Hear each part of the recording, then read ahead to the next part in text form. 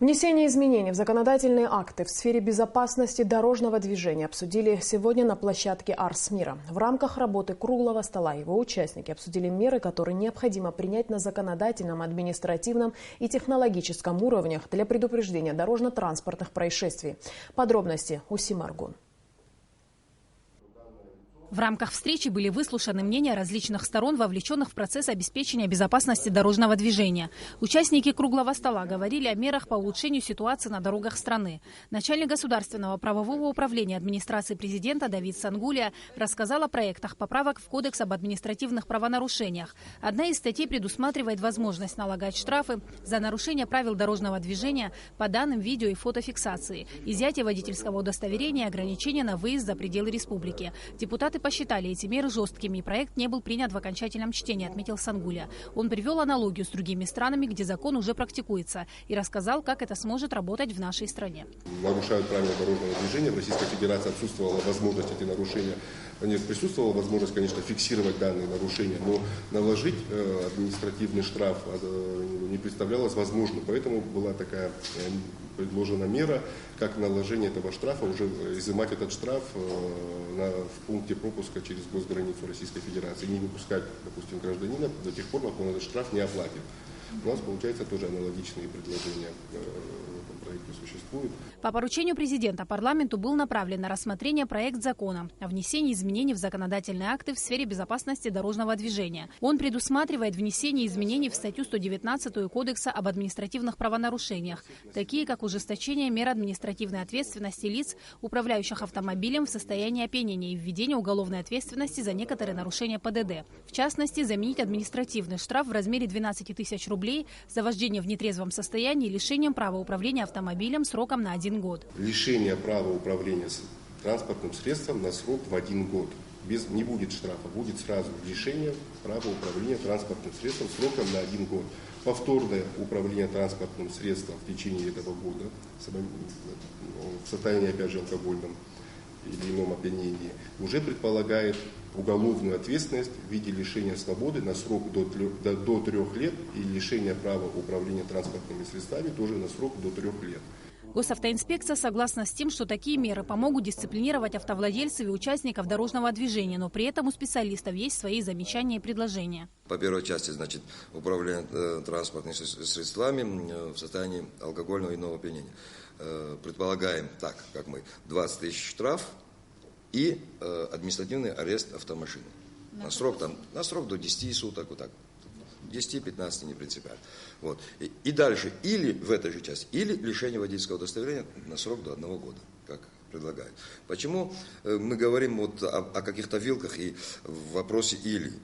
Потому что если мы немного ушли от промилле, потому что опьянение, алкогольное опьянение, мы понимаем, да, это тяжелая форма нарушения правил дорожного движения, но она бывает не похожа друг на друга. Мы не выводим степень остаточной формы. По мнению начальника ГАИ Абхазии Наура Смыр, для исполнения на практике существующего законодательства сотрудниками госавтоинспекции в первую очередь необходимо модернизировать материально-техническую базу. Рассказал и о других сложностях, с которыми сталкиваются инспекторы дорожного движения. В их числе нехватка алкотестеров и специализированных лабораторий. Сейчас освидетельствование возможно сделать только в столице, что влечет за собой определенные трудности. И мы усложняем тем самым работу ГАИ.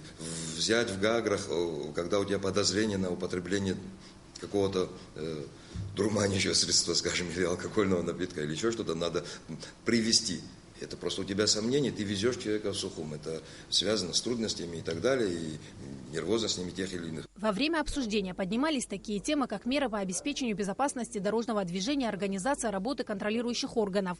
Была озвучена информация, что в 2016 году 104 дорожно-транспортных происшествия из 157 произошли из-за несоблюдения скоростного режима. 4200 штрафов было выписано за текущий год. Пересечение сплошной, обгон и другие нарушения ПДД становятся причиной большинства аварий на дорогах Абхазии. Участники круглого стола говорили о мерах, направленных на профилактику нарушений правил дорожного движения. Граждане штрафов не боятся, и крайние меры, такие как уголовная ответственность, смогут отчасти улучшить ситуацию на дорогах республики, отмечалось на встрече. Сима Аргун, Эльдар Дамиров, Беслан Джинджоля, Абхазское телевидение. 16 ноября состоялось расширенное заседание Политсовета партии Амцахара с участием представителей блока оппозиционных сил, общественных организаций и депутатов парламента. Обсуждалась общественно-политическая ситуация в стране. Участники заседания приняли заявление, в котором оценивают ситуацию как, цитата, «резко ухудшающаяся в результате углубления социально-экономического кризиса». Конец цитаты. В заявлении Политсовета Амцахара также отмечается, что общество сотрясают скандалы по вопросам абхазо-российского взаимодействия по линии обороны и Министерства внутренних дел. С просьбой прокомментировать заявление Политсовета оппозиционной партии им обратились к руководителям министерства и ведомств, структур, отвечающих в том числе и за общественно-политическую ситуацию в Абхазии. Первое, что я бы хотел сказать, меня это вообще удивило. Это заявление по одной простой причине. После Политсовета представители Амцахара были у меня, мой первый зам и я, мы с ними встречались. Вот. У нас очень такой теплый, товарищеский обмен мнениями состоялся. А потом вечером мы видим вот такое заявление, которое меня просто удивило. Первое, что у нас никаких напряженных взаимоотношений между МВД Абхазии и МВД Российской Федерации нет. У нас теплые товарищеские отношения, у нас есть договор о пограничной дружбе, у нас на стадии завершения подписания договора по ИКЦ. Вот. Так что никакого напряжения это нет. Откуда это вообще взято? Я недавно пришел с парламента, и по Минобороне ничего сотрясающего нету, там тоже. Очень много договоров подписывается, и последний договор о создании совместной группировки. Я хочу заявить одно. Вот. Кто бы что ни говорил. Вы сами это видите, насколько прозрачна наша работа. Наша пресс-служба буквально все дает. Все, что мы делаем, как это нам удается делать. У нас очень много проблем, у нас очень много недостатков. Но вот так огульно обвинять правоохранительную систему, мы можем так доиграться, что, потеряв правоохранительную систему, мы потеряем государственность свою. Это основа нашей государственности. К этому надо очень аккуратненько и спокойно относиться. Понимаешь, политические баталии, они должны в пределах допустимых норм проводиться, а вот не так на грани фола, истерики и все остальное. Я многих ребят знаю, дружу, общаюсь с этими ребятами. Они даже многие порой не знают, что такие заявления выходят там. Есть определенный круг людей, которые там готовят эти вот такие заявления. Но они, вот я даже не знаю, где же найти, вот где это правда, где это вот давайте фактами говорить. Хочется же фактами, мы маленькая страна, народ, знаете, здесь всем все известно. Но тем более в Абхазии сегодня так широко развитый интернет и все остальное. Ничего не скроешь, по большому счету. А как хотелось бы, чтобы мы еще лучше работали. Кто больше меня этого хочет? Но пока наши возможности таковы. Надеемся, что дальше должно быть еще лучше. Специальный репортаж программы смотрите сразу после новостей. Также в нашей программе сегодня вы в прямом эфире передача «Айзера» с участием представителей политических партий Абхазии. Тема обсуждения – абхазо-российское деловое сотрудничество. Передача выйдет на абхазском языке. Ее ведущий Алхас Манаргия. Сегодня премьер-министр страны Беслан Барцыц посетил село Гудаутского района. Сначала он побывал в Приморской армянской школе. Завтра этому учебному заведению исполняется 90 лет. Премьер-министр встретился с педагогами школы и обещал поддержку со стороны руководства страны. Побывал премьер-министр и в селе Абгархук. Летом нынешнего года жители этого села обратились к руководству страны с просьбой сделать капитальный ремонт спортивного зала школы. Сейчас работы ведутся полным ходом, и есть уверенность в том, что скоро дети будут заниматься в уютном зале. В селе Чандара Беслан Барцыц встретился с активом села. Жители рассказали премьеру о своих проблемах, просили оказать помощь в ремонте проселочных дорог. А учащимся Чандарской средней школы премьер подарил 5 новых компьютеров, в которых остро нуждались учащиеся. Премьер заверил учителей, что и в дальнейшем правительство будет оказывать особое внимание сельским школам. В МИД Абхазии прокомментировали заявление депутата Государственной Думы России Леонида Калашникова. Российский депутат заявил, что решение территориального вопроса в Молдавии по типу конфедерации может быть примером для Украины и Грузии. Подобное заявление отмечается в комментарии Министерства иностранных дел Абхазии. Мог сделать лишь человек, плохо знакомы с историей, сложившимися политическими реалиями упомянутых конфликтов. В комментарии подчеркивается, что высшим руководством Российской Федерации в лице Владимира Путина и Дмитрия Медведева неоднократно подчеркивалось, что решение о признании независимости Республики Абхазия не подлежит обсуждению и не имеет обратной силы. В связи с заявлением депутата Государственной Думы России Леонида Калашникова, спикер Народного собрания парламента Абхазии Валерий Бганба направил письмо председателю Федерального собрания Госдумы Российской Федерации Вячеславу Володину. В письме говорится, что стремление народа Абхазии к строительству суверенного государства является исторически обоснованным выбором, подкрепленным национально-освободительным движением 20-го столетия и победой в Отечественной войне народа Абхазии 1992-1993 годов. Этот исторический выбор, говорится в письме, был подтвержден признанием суверенитета и независимости Республики Абхазия Российской Федерации в 2008 году. Считаем, что подобные высказывания не соответствуют духу дружеских, добрососедских отношений между нашими странами и могут негативно отразиться на их дальнейшем развитии, отмечается в послании. Первый абхазский салон образования начал свою работу в Сухуми. В нем приняли участие более сотни представителей сферы образования Абхазии, России, Луганской Народной Республики, Приднестровья, а также Южной Осетии. В рамках международного форума обсуждались вопросы сотрудничества образовательных структур и организаций Абхазии с партнерами из разных стран, а также пройдут мастер-классы. Подробности в репортаже Сарисмар.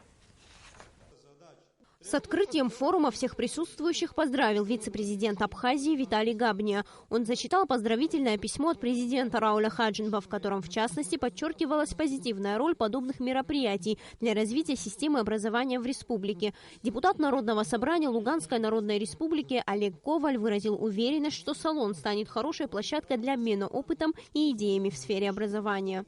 Трудно переоценить значимость и актуальность данного мероприятия. Ведь глобальные политические и общественные изменения, которые сегодня происходят в мире, требуют качественно новых подходов к системе образования в целом. Первый абхазский международный салон образования даст хорошую возможность для глубокого и целенаправленного обсуждения насущных вопросов воспитания и образования подрастающего поколения. Участникам форума был представлен небольшой видеоролик, который подготовили сотрудники Министерства образования Абхазии о роли знаний для развития прогресса. Знания открывают путь в большой мир к великим достижениям. Без любви к знаниям не построить заветное будущее. В современном мире самым эффективным оружием в руках человека стала информация. А использовать информацию правильно можно лишь с помощью знаний. Сегодня перед Министерством образования стоит множество проблем. В частности, отмечалось на форуме, необходимо создать современную образовательную базу, обновить учебную и методическую литературу, решить вопросы с приобретением книг для всех образовательных учреждений страны. Этот международный форум, считают в министерстве, поможет решить многие из этих проблем. Первый абхазский салон образования для нас является особенным.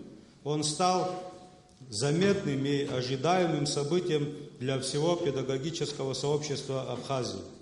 В настоящее время в Абхазии идет становление новой системы образования, ориентированного на вхождение в мировое образовательное пространство. И этот процесс сопровождается существенными изменениями в педагогической практике. Несмотря на большие проблемы, стоящие перед педагогическим сообществом, наша работа продолжается.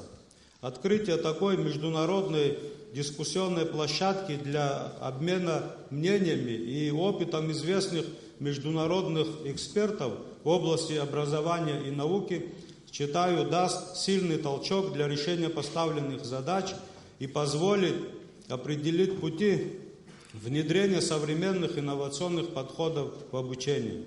Качественное и современное образование всегда было основой развития любого государства. Участники форума отмечали, что именно образованные люди, ученые, учителя, просветители сыграли главную роль в создании и укреплении современного абхазского государства. Жизнь не стоит на месте, и новое время бросает нам новые вызовы, на которые невозможно ответить без развитой современной системы образования. Это требование обусловлено новой экономикой Абхазии, настоятельной необходимости в свободном рынке местных квалифицированных кадров, технологическом, сельскохозяйственном и туристическом секторах, а также развитием государственных и гуманитарных институтов. В рамках международного форума состоялось пленарное заседание, в том числе посвященное вопросам внедрения новой системы образования в школьные учреждения. В нем приняли участие министр Адгур Какоба, вице-премьер Беслан Эшба, а также гости, которые приехали на форум. В их числе министр образования Приднестровья Татьяна Цивинская и министр образования ДНР Лариса Полякова. Я думаю, что дискуссия сегодня будет интересная. Мы много всего возьмем на заметку. И постараемся быть рядом в реализации тех планов, которые намечены, как было сказано уже министром образования Республики Абхазия. Одним из основных на заседании была тема приобретения учебников на русском языке. По словам вице-премьера Беслана Эшба, этот вопрос сейчас решается на уровне государства. Международный салон образования продлится 2 дня. В его рамках предстоит обсудить еще ряд вопросов, касающихся повышения качества образования. Сария Смыр, Тимур Гугохия, Абхазское телевидение. В республиканской больнице новый руководитель. Исполняющим обязанности главного врача республиканской больницы Министерства здравоохранения назначена Аслан Берзеня. Соответствующее распоряжение подписал министр здравоохранения Анзор Гуов. Аслан Берзеня занимал должность заведующего отделением рентгенологии республиканской больницы. Астамур Иванба освобожден от занимаемой должности главного врача республиканской больницы по собственному желанию на основании заявления. Об этом сообщает отдел информационных технологий Министерства здравоохранения Республики Абхазия. 19 ноября в Сухуме под девизом «Разные лица, одна судьба» пройдет Северокавказский открытый фестиваль документального кино и телевидения «Кунаки». Он проходит при поддержке президента Абхазии Рауля Хаджимба и Министерства культуры, историко-культурного наследия республики. Фестиваль «Кунаки» – единственная в своем роде площадка для показа работ как мастеров в области кинематографии, так и начинающих режиссеров и тележурналистов. В 10-м юбилейном фестивале Абхазию представит полнометражная картина журналиста Мананы Кокускир и режиссера Давида Авицба. Сегодня в Музее боевой славы имени Ардзенба члены оргкомитета по проведению фестиваля «Кунаки» рассказали журналистам о предстоящих мероприятиях. Нис Фаршба продолжит тему. В этом году на фестиваль впервые представлено так много работ. Они выбирались по 2 критериям – художественная ценность и содержание. По словам директора фестиваля Ильяса Богатырева, в конкурсную программу в этом году включены игровые и анимационные картины. В этом году было подано 267 заявок, рекордное количество за все время существования фестиваля. Из них отборочная комиссия, состоящая из профессионалов, из кинокритиков, были отобраны 57 работ по 4 номинациям. Полный метод документальное кино, короткий метод документального кино, короткая анимация и игровое кино, а также телевизионные фильмы.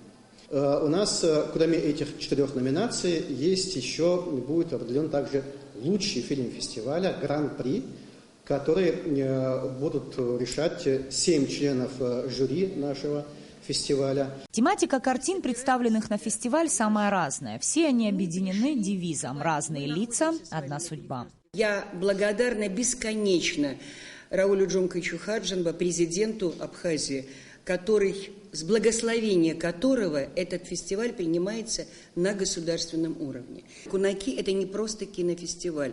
Хотя, конечно, основная задача нашего фестиваля – это возродить кино на Северном Кавказе. Единственный в своем роде фестиваль на юге России «Кунаки» в свое название получил благодаря старинному кавказскому обычаю куначеству, означающему гостеприимство и дружбу между людьми разных национальностей. По словам организаторов, дружба с Абхазией открыла фестивалю новые возможности. Я очень рад, что 2-й год Северный Кавказ решил избрать площадкой для демонстрации фильмов. Я очень благодарен руководству фестиваля, что, несмотря на загруженность, они, тем не менее, выделили время для того, чтобы молодые документалисты, режиссеры игрового кино смогли продемонстрировать свое творчество. Абхазские кинодокументалисты на фестиваль представили всего 3 картины. Но лишь одна из них, журналиста Мананы Кокускир и режиссера Давида Авицба, включена в конкурсную программу.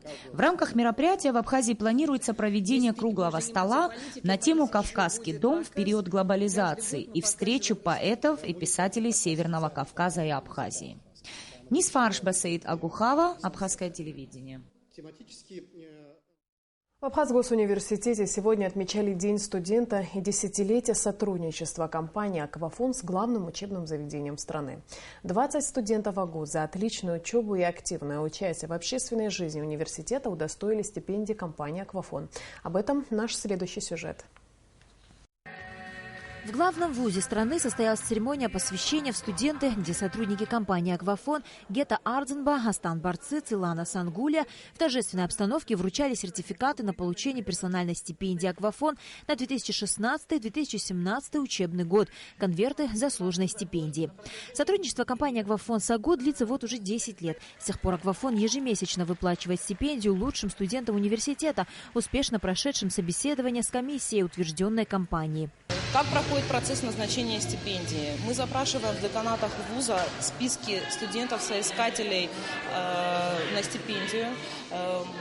Под определенные критерии попадают порядка 70-80 студентов. Далее они проходят собеседование со специально созданной комиссией при «Аквафон». Мы видим этот проект как мощную мотивационную программу.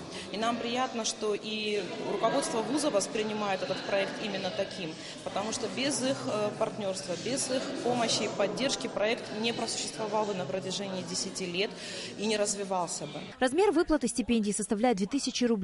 За время существования этой программы более 150 лучших студентов АГУ стали стипендиатами компании, большинство из которых сегодня являются специалистами с успешно сложившейся профессиональной судьбой. Проект стипендии «Аквафон» в АГУ не только живет, но и развивается. В 2014 году руководством компании было принято решение об учреждении еще одной персональной стипендии имени Омара Бейгуа, писателя, ученого, одного из видных лидеров кавказской миграции. Эта стипендия адресована студентам из числа репатриантов и нацелена на поддержку их успешной интеграции в наше общество. Я могу сказать, что такая стипендия – это очень большая поддержка, особенно для студентов, для меня в том числе. Хочу поблагодарить компанию «Аквафон», что она таким образом поощряет студентов. Очень нам помогает.